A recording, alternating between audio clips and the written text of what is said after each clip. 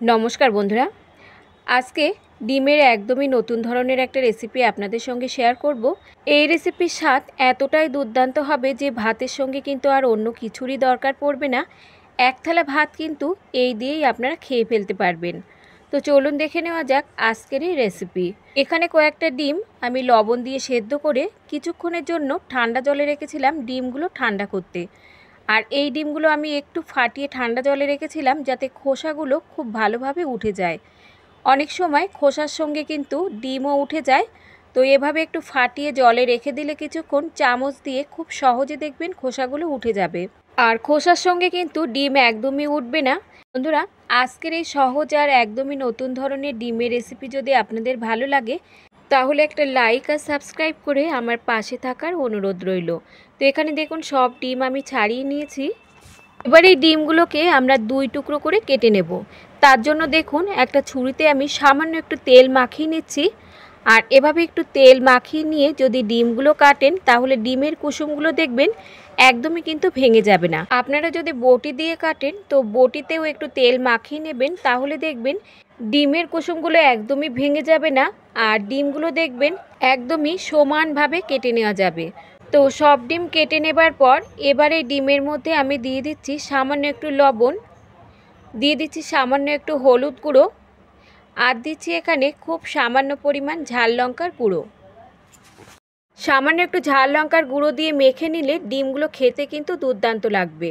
আর দিয়ে দিচ্ছি এখানে হাফ চামচ মতো কর্নফ্লাওয়ার, কর্নফ্লাওয়ারটা বাইন্ডিংয়ের কাজ করবে। আর দিয়ে দিচ্ছি সামান্য একটু উপর দিয়ে তেল। এখানে আমি সাদা তেল দিচ্ছি, আপনারা চাইলে কিন্তু সর্ষের তেলও দিতে পারেন।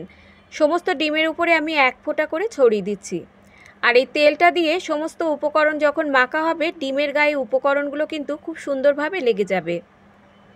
এবার হাত দিয়ে সমস্ত উপকরণ ডিমের গায়ে খুব ভালোভাবে লাগিয়ে নিতে হবে। বন্ধুরা, ডিমের একঘেয়ে রেসিপি খেয়ে যদি আপনারা বোর হয়ে যান তো ডিমের এই রেসিপিটি তৈরি করে দেখতে পারেন, খেতে কিন্তু অসম্ভব টেস্টি হবে। তো সমস্ত ডিমে ভালোভাবে উপকরণগুলো মাখিয়ে নেবার পর এবার চলে যাব আমরা রান্নার দিকে।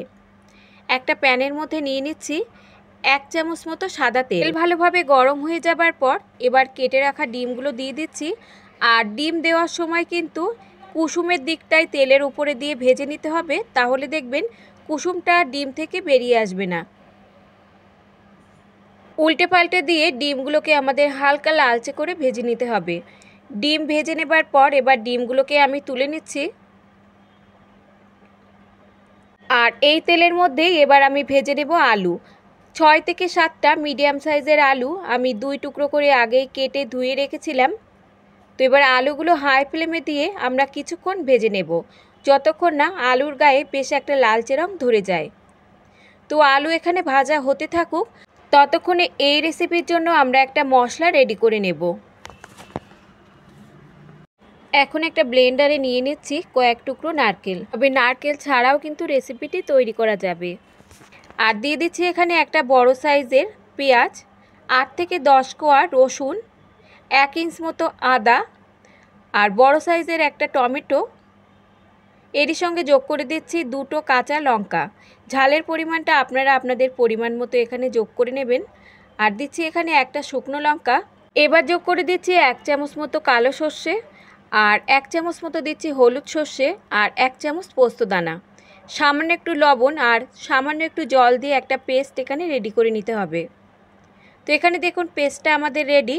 আর অন্যদিকে যে আলু আমরা ভাজা করতে বসিয়েছিলাম, আলুতে দেখুন বেশ লালচে রং ধরে গেছে। মাঝে আমি 3 থেকে 4 বার উল্টে পাল্টে দিয়েছিলাম। এবার এই ভাজা আলুগুলো আমি তুলে নেব। আলু তুলে নেবার পর এই তেলের মধ্যেই আমি দিয়ে দিচ্ছি আরও 1 চামচ মতো সাদা তেল। তেল ভালোভাবে গরম হয়ে যাবার পর ফোড়নে দিয়ে দিচ্ছি হাফ চামচ মতো গোটা জিরে। এবার এই ফোড়ন কিছুক্ষণ ভেজে নিতে হবে। ফোড়ন কিছুক্ষণ ভেজে নেবার পর বেটে রাখা মশলা যোগ করে দিচ্ছি। আর ব্লেন্ডারটা ধুয়ে সামান্য একটু জল যোগ করে দিলাম। এবার এর মধ্যে দিয়ে দিচ্ছি স্বাদ মতো লবণ, হাফ চামচ মতো হলুদ গুঁড়ো, হাফ চামচ মতো জিরে গুঁড়ো, হাফ চামচ মতো ধনে গুঁড়ো, আর 1 চামচ মতো দিচ্ছি কাশ্মীরি লাল লঙ্কার গুঁড়ো। এর সঙ্গে যোগ করে দিচ্ছি হাফ চামচ মতো গরম মশলার গুঁড়ো। এখানে আমি কালারের জন্য 1 চামচ মতো কাশ্মীরি লাল লঙ্কার গুঁড়ো ব্যবহার করলাম। তবে বন্ধুরা আপনারা চাইলে কিন্তু কাশ্মীরি লঙ্কার গুঁড়োটা স্কিপও করতে পারেন। আমি এখানে তরকারির কালারটা যাতে ভালো আসে সেই জন্য ব্যবহার করলাম। এবার এই মশলা কিছুক্ষণ কষিয়ে নেবার পর ভেজে রাখা আলু যোগ করে আরও কিছুক্ষণের জন্য আমাদের কষিয়ে নিতে হবে, যতক্ষণ না মশলা থেকে তেলটা ছেড়ে যায়। তো প্রায় 2 থেকে 3 মিনিট মতো মশলা কষিয়ে নেবার পর দেখুন মশলা থেকে তেলটা কিন্তু আলাদা হয়ে গেছে। আর মশলাটা যখন আলুর গায়ে ঠিক এরকম মাখা মাখা হয়ে যাবে তখন এর মধ্যে যোগ করতে হবে জল। এই ডিমের রেসিপিতে কিন্তু খুব বেশি ঝোল ঝোল হলে খেতে ভালো লাগবে না। তো ডিমের পরিমাণ অনুযায়ী আমি এখানে 1 বাটি মতো জল যোগ করে দিলাম। আপনারা আপনাদের ডিমের পরিমাণ অনুযায়ী জলটা এখানে কমিয়ে বা বাড়িয়ে যোগ করে নেবেন।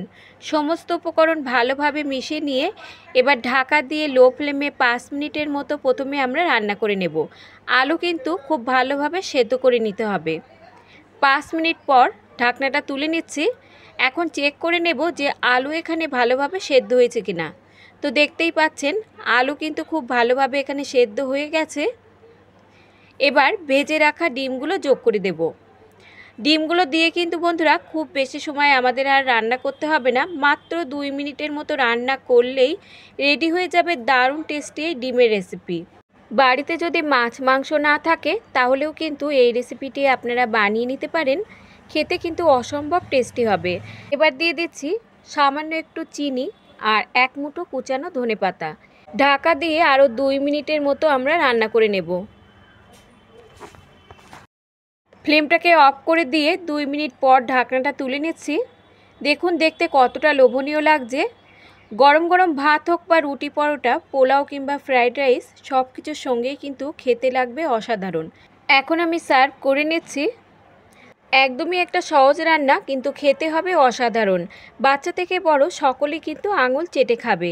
তো বন্ধুরা আজকের রেসিপি যদি আপনাদের ভালো লাগে তো লাইক শেয়ার কমেন্টের সাথে সাথে চ্যানেলটাকে সাবস্ক্রাইব করে রাখার অনুরোধ রইল। আজ তাহলে এই পর্যন্ত বন্ধুরা, দেখা হবে অন্য কোনো রেসিপির সঙ্গে। ততক্ষণ সুস্থ থাকবেন, ভালো থাকবেন, আর সম্পূর্ণ রেসিপিটি দেখার জন্য সকলকে ধন্যবাদ।